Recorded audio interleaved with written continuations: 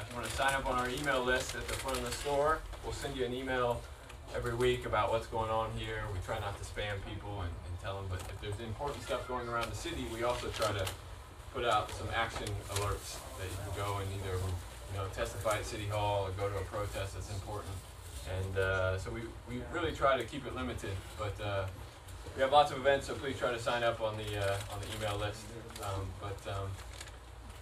I'll stop talking here and introduce our speaker.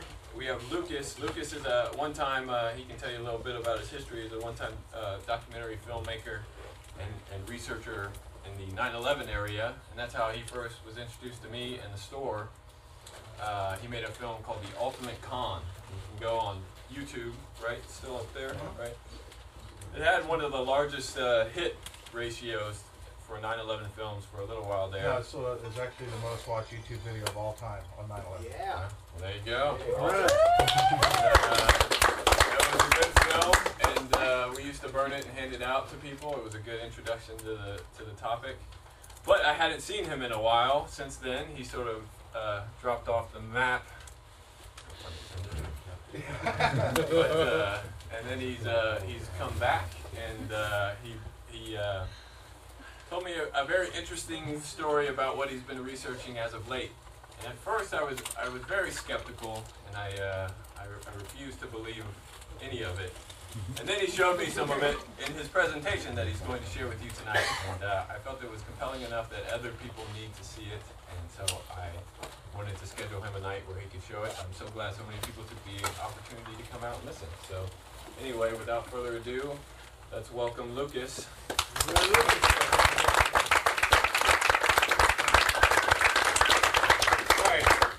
First I'll tell you that I created this presentation for my friends. I didn't really create it for a public presentation. This was just something I did so I can show my friends what was going on.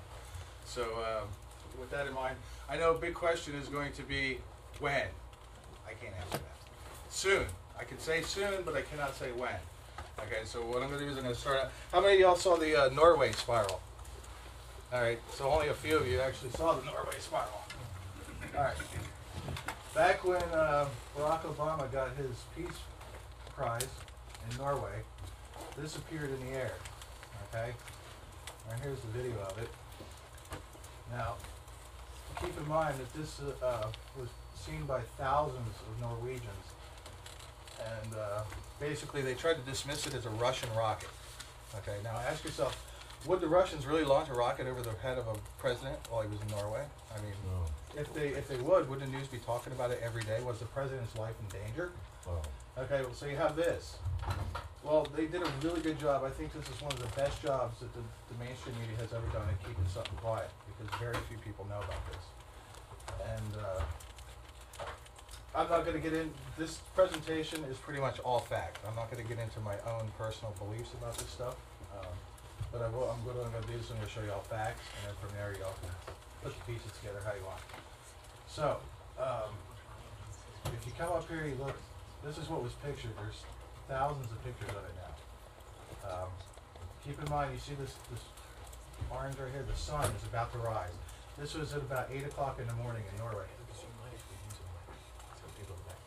Oh, I can speak up, or I mean, yeah, I mean, I don't care. When your head turns, though, your voice will okay, pick sorry. On there. Okay. I can hear you good back. What about us old people in there? Right. That is right up there.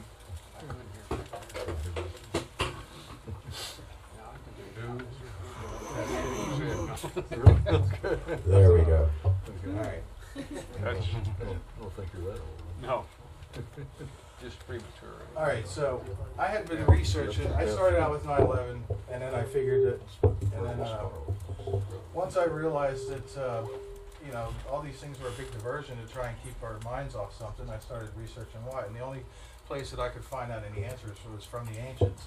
The ancient Indians and people of the world, they went out of their way to try and warn us about something in the future. Let's get this all Put it close here. I guess you don't.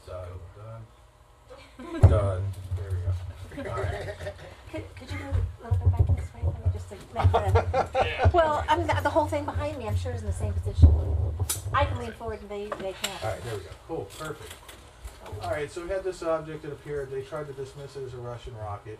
For a month, you couldn't even find a picture of this on Google Images. You type in Norway spiral, and it would not pull up one single image of this.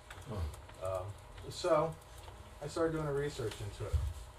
And, well, actually, I was already doing a research into the ancient petroglyphs and stuff. And what I found is that, since this decided it wants to get through this little loading process here. What's a heteroglyph? A petroglyph is a cave drawing, or a cave carving, like this. I found that these things, these spirals, were everywhere, all across the world. You see the one on his chest there. You see that one there. You see all these spirals everywhere. Now keep in mind that these things, like for instance this one here, they show it next to a dead lizard. Most of these things are associated with death. They see the wave going up to the mountain, the deer and the people running away from it, the dead fish. Alright. So, these are all different various cave drawings. Now you see in this one, you have the spirals, you have dead trees, you got waves. How old are these supposed to be? They vary, usually around 3,600, 3,800 years old. These are found mostly, let me show you down here, right here. If you look at the map, you'll notice that these spiral petroglyphs are found in the mountains only. You don't find them in this part of the country barely, just a couple places. Same thing with over in Asia. They're found in the mountainous areas. And so, you notice these things everywhere. Literally, if you go onto Google Images and you type spiral petroglyph, you will pull up thousands of these.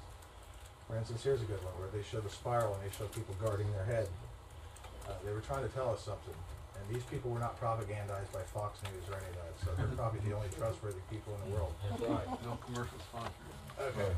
So, what I did is I took the spiral, which the normal of the Blu-ray would go this way. I put it in this position because if we saw it from a different perspective, say it was on the other side of the world, that's what it might look like, just like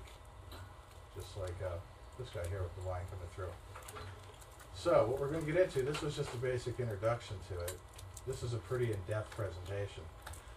This is a chart I've worked on for almost 5 years. This is the history for the last 500,000 years of the glaciation of the planet. You see we have 80,000 Glaciation? Yeah, basically the ice ages. What? The ice ages. Uh-huh. Okay, so, put this up a little bit, there we go. Alright, so you notice that we have 80,000 year ice ages and 20,000 year warm periods. We are right here in this warm period. Okay, and we've already extended our welcome in this warm period. The ice age has long been overdue for a couple thousand years. What this is here is this is actually our period that we're in right now. You'll notice that 3,600 years ago, you had the collapse of many different societies across the world, whether it be in China with the Zia dynasty. You had Sodom and Gomorrah destroyed, the fall of Jericho, the Exodus. You have the Mayan calendar actually starts then. Okay, the Indus Valley people of India, their civilization died off. Same with the Sup civilization. All right.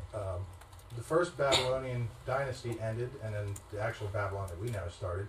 The Middle Kingdom of Egypt ended, and the Minoans all ended at that time period.